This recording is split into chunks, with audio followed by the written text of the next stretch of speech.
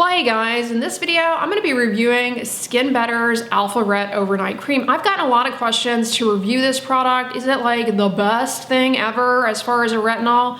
If you're new here, welcome. My name is Andrea. I'm a board certified dermatologist, and in this video, we're going to be talking about Skinbetter's AlphaRet Cream. Presumably, you clicked into this video because you're interested in maybe trying out a retinol, or you've heard it's the thing to put on your face. Retinol, including prescription retinoids and over-the-counter retinols, are an evidence-based way to help out your skin. Retinols help boost up collagen production in the deeper layers of the skin, smoothing out wrinkles and fine lines. They can help with acne, they can help with hyperpigmentation, and with long-standing use, they can also help remove some sun damage. They help your skin handle the damages that the UV rays from the sun assault you with on a daily basis, provided used in conjunction with sunscreen and sun protection. What's the deal then? Why don't we just all hop on retinol? Well, the prescription stuff that you get, while it's the most evidence-based, it can be pretty irritating, especially in the beginning, and a lot of people simply don't tolerate it. People are interested in trying something that may be gentler, that they can get over the counter. Alpha Retinol's claim to fame that it's going to solve for you is that it kind of combines the best of both worlds. It is a novel ingredient that they use in their formulas, per them, that is a conjugate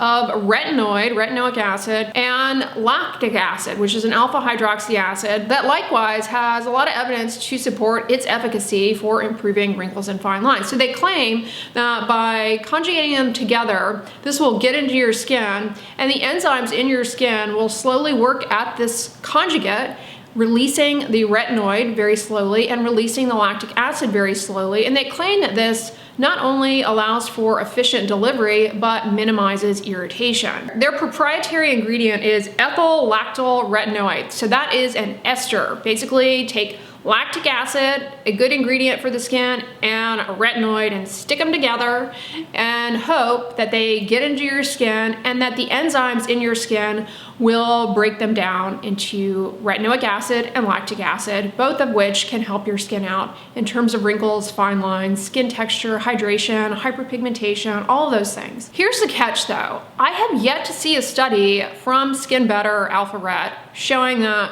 this compound does indeed get into the skin and get converted to the active form of retinoic acid. I have yet to see any studies looking at true biologic markers of retinoic acid activity in the skin. I have yet to see any histologic, meaning skin biopsy, evidence that this ingredient not only gets in the skin, but truly works to increase collagen production, which is presumably what you are hoping to get out of it. Why bother with a retinol if all you want is an improvement in skin texture? You can get that from a moisturizer with lactic acid for a fraction of the price. What studies do they have on this compound? They do have a few studies that may sound interesting and may sound compelling to the untrained eye. They have a 12-week study comparing their AlphaRet Overnight Cream with either 1% retinol, which is the stuff you can buy over the counter, or prescription strength 0.025% tretinoin. That is what is prescribed for wrinkles. It can be more irritating than the over-the-counter stuff. All right, so they took 47 women ranging in age from 30 to 65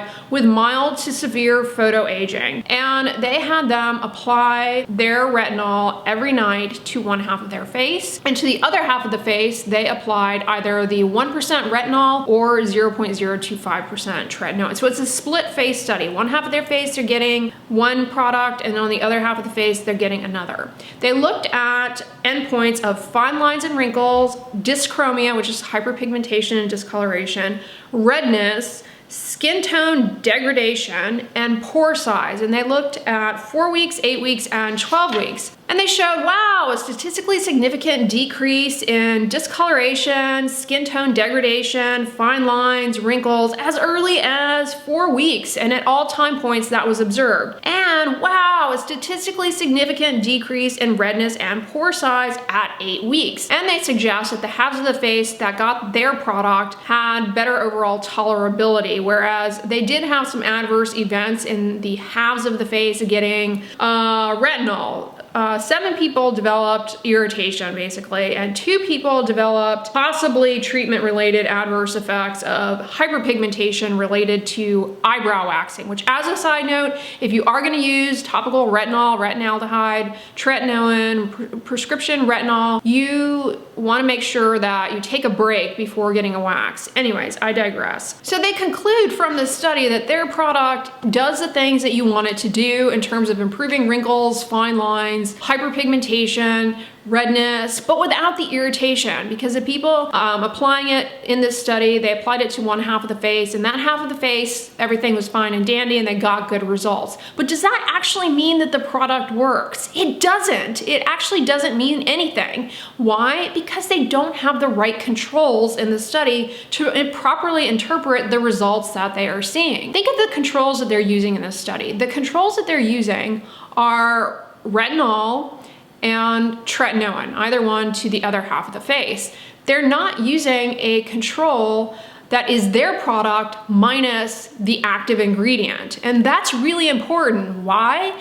Because their product has a lot of other ingredients in it that can do a lot of these things, namely improving redness, hyperpigmentation, wrinkles, and pore size. Let's take a look at the inactive ingredients in ALPHARET's Overnight Cream. It's got niacinamide, which is in everything. I talk about it all the time. Pretty much every skincare product on the shelves at Walmart that you can find is gonna have niacinamide in it these days. And it's a great ingredient for reducing redness. It's helpful for hyperpigmentation. It has some anti-aging effects as well. And it's been shown to be helpful for oiliness. This product also has green tea extract, which has been shown to help diminish the appearance of pores, one of the endpoints that they are looking at.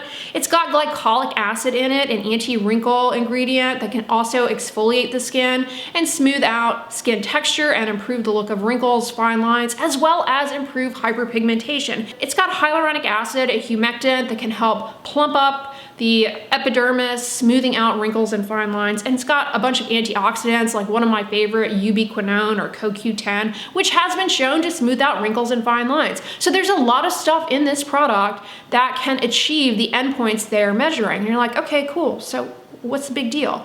Well, presumably you are going after this product because you want to use retinol or retinoid or retinaldehyde, topical vitamin A. You want those benefits of an ingredient that's going to get into your skin and it's going to improve collagen synthesis to actually smooth out wrinkles and fine lines, to firm the skin, and to remove sun damage. That is why you are going after this. That is what you think you are buying with this product, but they haven't actually demonstrated that their ingredient is doing these things because they have a product that has other cosmeceutical ingredients, which likely is what is achieving these things. Now, AlphaRet has a very similar product for people presumably with breakouts, acne-prone skin. It's their AlphaRet clearing serum. It's got their ethyl-lactyl retinoid, that is, their signature form of vitamin A that they're claiming is going to help, but it's also got salicylic acid in it. That's kind of the unique feature of this product. A study, or 1 or 2 studies actually, with this product showing in people with acne prone skin that there's an improvement in skin clarity, skin tone, and that sounds well and good, but they have 0 controls. So there's no control to say if in fact that has anything to do with their vitamin A, their retinoid in their product, or if it's just maybe the inactive ingredients, because hello, this product's got salicylic acid and FDA approved over the counter for acne. It also has niacinamide, which has compelling evidence for helping improve acne, and it also has green tea extract again, which has some research to support its efficacy for acne, and lactic acid. So I would not hang my hat on this research on this product either. And the reason I bring this one to your attention is because if you've got acne prone skin, you may look at this and think, oh wow, that's a retinol for somebody like me. I'm gonna try it out. It's not actually a retinol. It is this conjugate that they have come up with. And you may be pursuing it because you think it's going to be less irritating, and their papers would suggest that it is. But is it less irritating because it simply doesn't work? I will remind you that there is an alternative that you can buy over the counter for $16.49 for 1.6 ounces, in contrast to $130 per ounce, and that is adapalene, an FDA-approved retinoid for acne. So I do not understand why somebody with acne-prone, blemish-prone skin would be compelled. Well, I understand, but why you would mislead somebody with acne to think that this product is going to be superior to an FDA-approved retinoid for their acne. Now, they may like it, they may see benefit from using it. I'm not dissing the product, but don't think that you are getting the benefits of vitamin A from this product. We can't reliably say that. But you definitely can get those benefits from adapalene. And as a side note, adapalene is not that irritating. I mean, some people develop irritation with it, but as far as retinoids go, it's pretty gentle. All right, y'all, so I'm not convinced by these products whatsoever. Ethyl-lactyl retinoate is their proprietary compound that they theorize, they hypothesize, gets into the skin and undergoes a two-step hydrolysis reaction to convert it to retinoic acid, but they never provide us with any proof that that is occurring. They only have studies looking at their ingredient in the background of their product that has multiple other ingredients in it. And they're putting this retinoate ester as the selling ingredient for people who are wanting a form of topical vitamin A that is effective and less irritating, but they haven't actually demonstrated the efficacy of that ingredient. I believe the endpoints that they are demonstrating in their studies can be explained simply by the fact that these products are good moisturizers. So what would be compelling? You want to see things like an improvement in collagen in the deeper layers of the skin on histologic biopsy. You want to see something like enzyme activity demonstrating a reduction in matrix metalloproteinase enzyme activity. Or in the case of retinols, there are enzymes that demonstrate that retinoic acid is present. These assays, some brands utilize to show that their product not only gets into the skin, but is converted to the active form. This product has no biomarker of activity. All they're showing is clinical improvement in things like wrinkles, fine lines, redness, hyperpigmentation, pore size, etc., but they're only showing it in the background of numerous other active ingredients which we know achieve these endpoints. This proprietary ingredient they have, retinoate ester is what it is. And the idea here is that by making retinoic acid into an ester, you improve stability and you reduce irritation. And this has been tried before in the case of retinol esters, which are retinoic acid and a fatty acid. That's where you have retinol palmitate and retinol acetate. But these ingredients have not been shown to be useful in controlled trials for actually improving the signs of photodamage. They're not considered effective for that purpose. But I would question, why should we then believe that their retinoate ester, which is a little bit different, why should we believe that that's going to get into the skin and undergo the hydrolysis steps necessary to liberate the active form retinoic acid to then go in and improve collagen synthesis and result in inhibition of those enzymes that destroy collagen and afford the benefits of clearing sun damage, putting the brakes on hyperpigmentation, all those things that you are seeking with a form of vitamin A. You want retinoic acid activity, and we have no measure of that with these products. So in summary, here are the problems I have with these products from Skinbetter. Their retinoate ester studies are not properly controlled. There's no vehicle control to say, is this an effect of the other ingredients in the product, or is this an effect of the actual retinoate ester? The second issue I take with this is that they don't have any biomarkers or haven't shown through histologic analysis that their retinoate ester actually translates to meaningful retinoic acid activity. And with the ALPHARET overnight cream, the other issue that I'll point out is it was a split face trial. So some of the participants were putting tretinoin on one half of the face, and some of the participants were putting retinol on one half of the face. But we know that you have to exercise an index of suspicion with split face studies because there is some transfer that happens to the other side of the face. So they're not really the best studies for this type of thing. I mean, they do them because the idea here is that the patient is their own control, like you can see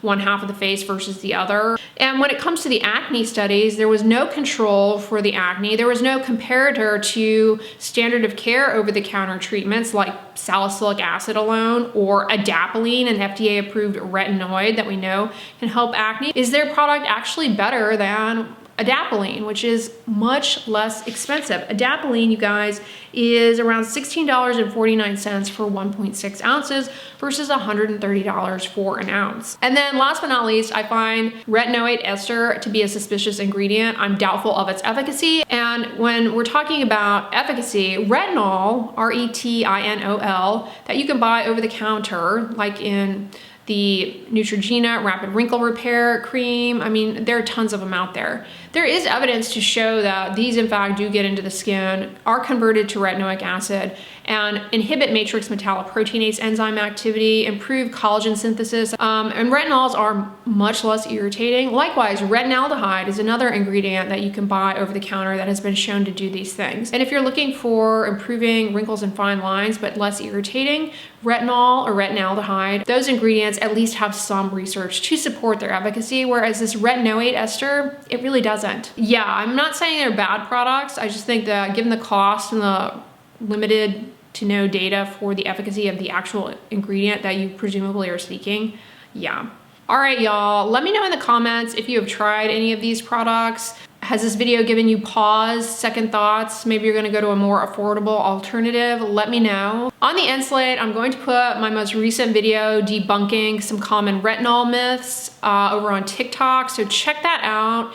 And if you like this video, give it a thumbs up, share it with your friends, and as always, don't forget, sunscreen and subscribe. I'll talk to you guys tomorrow. Bye.